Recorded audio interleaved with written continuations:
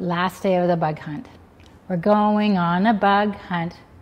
We're going on a bug hunt. We're going to catch lots of bugs. We're going to catch lots of bugs. What a rainy day. Oh, what a rainy day. Are you ready? Are you ready? Okay. Okay. So today we're going to be on the hunt for bumblebees. So we don't really want to catch a bumblebee too much, because what if they sting you? It really hurts.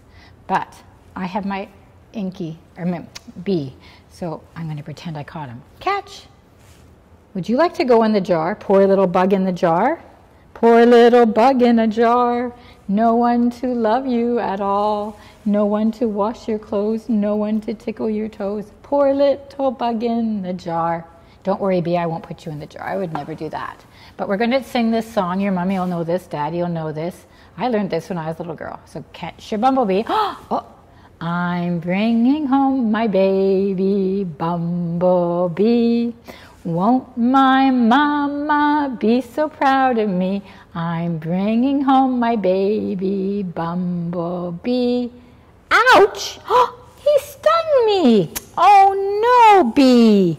Now, if you have a bean bag, get your bean bag. I'm going to wait a minute while you get your bean bag, or turn me off, or even a ball. Something that's squishy. I'm squishing up my baby bumblebee. Won't my mama be so proud of me? I'm squishing up my baby bumblebee. Yuck, he's all over me. I'm tossing up my baby bumblebee. Do you have a ball or a beanbag? Won't my mama be so proud of me? I'm tossing up my baby bumblebee.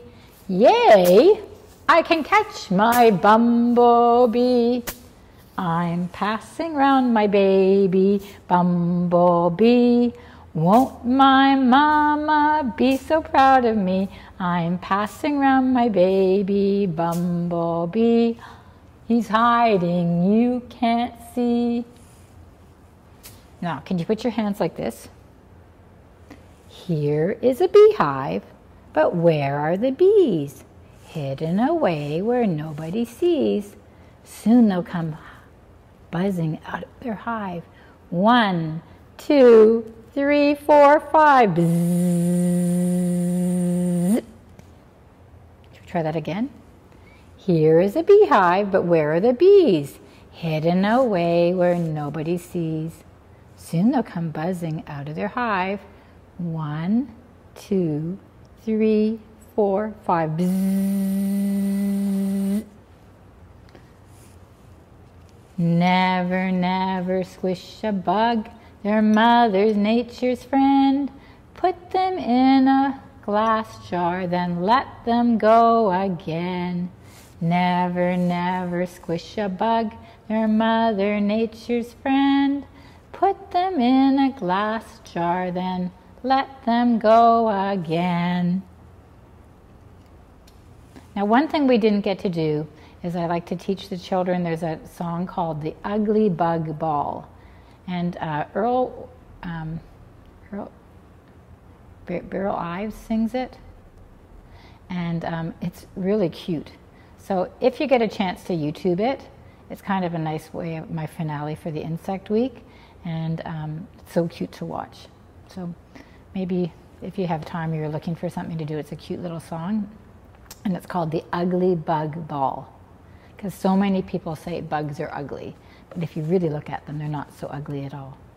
All right, so our art today is making bee. So you can turn it off, and you'll need yellow paper. Story. Oh, story. I forgot my story. I got ahead of myself. These bees count. So I thought this was a good book because it was math day. And do you know what this is? If you're a beekeeper, you wear a special suit with a special hat, so the bees can't sting you. And this is where beekeepers keep their hives. Did you know that? These bees count. So here it says Busy Bee Farm, and there's a bus. Mr. Tate's class loves taking field trips. Today their bus went to a farm. Farmer Allen led the class through a big field. There weren't any cows, horses, or sheep. There were only bees and tall flowers. Amy picked a flower and twirled it. Eli looked around. Is this a flower farm? Farmer Allen smiled. No, but we grow lots of wildflowers. They walked through a grove of blossoming apple trees. Is this a tree farm? Natalie asked. Trees grow here too, Farmer Allen said. But at the Busy Bee Farm, we farm bees and honey. Honey tastes good, said Jake. Eli held on to Mr. Tate. Bees sting.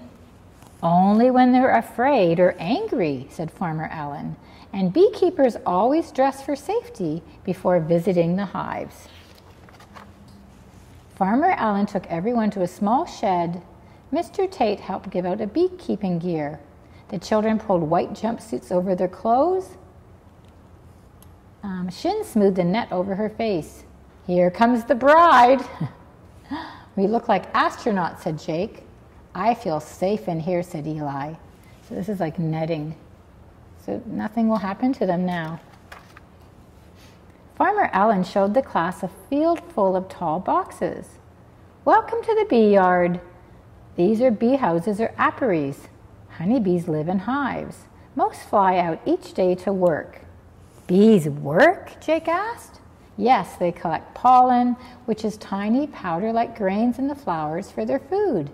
This powder is carried on their legs to crops, flowers, plants, and trees and helps them grow. Sharing pollen this way is called pollination.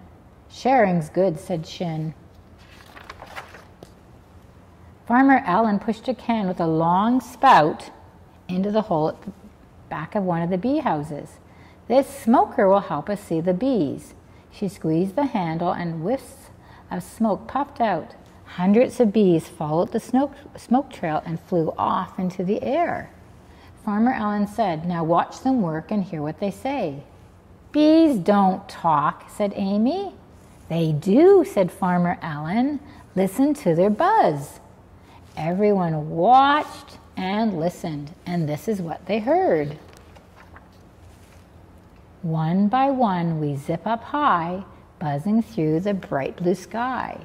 We fly over 2 waving dandelions, inviting us to visit. We find 3 wild strawberries bursting with sweetness. 4 apple blossoms tickle us with their soft feathers, petals. They look like our cherry blossoms. 5 poppies stretch tall, greeting us like best friends. We stop to drink where 6 farm hands water a crop of raspberries. Bees sure get thirsty, Jake said.